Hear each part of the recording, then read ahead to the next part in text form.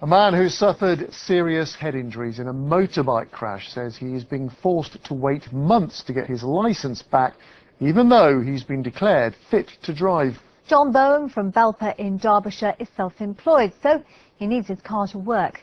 The DVLA admits there are delays and say they are trying to improve things. Joe Healy reports. April, John was in a horrific crash. He suffered a head injury and was in a coma for a week. Last month, he was declared perfectly fit and able to drive. The one thing that's stopping him getting back in here is the DVLA.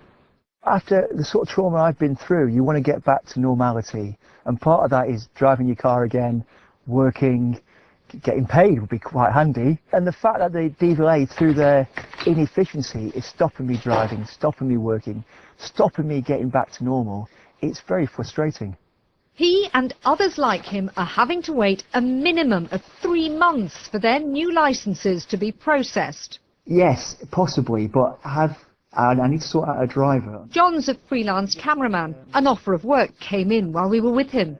I'm still playing around with DVLA and trying to get my licence back. He's not alone. His neighbour suffered a head injury. He recently waited 14 months to get his driving licence renewed. I was just expecting my driving licence to come back, and no reason why it shouldn't, and it wasn't coming back. I was getting worse and worse and really, really frustrated. And there's another twist. As this sign at John's surgery shows, once you're well enough to drive, you won't get a doctor's sick note. You can't work because you can't drive, but you can't get a sick note to cover your mortgage. You can cover all the things that you might be insured for, or even get sick pay off your employer because you haven't got a sick note.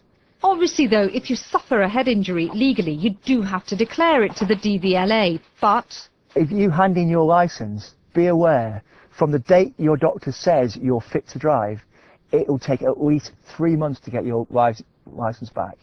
I think it's a huge concern if people are being medically past fit to return to driving, and yet they're being prevented from doing so by bureaucracy or red tape. Being able to drive again after a brain injury can enable people to play an active role in their local communities, in their social circles, see their friends, and return to work and education. And it's vitally important they're allowed to do so.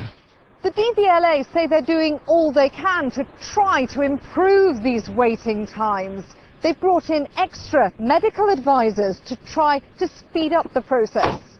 in the meantime, John, and many more like him, fill in forms and wait, and in his case, get driven around by his wife.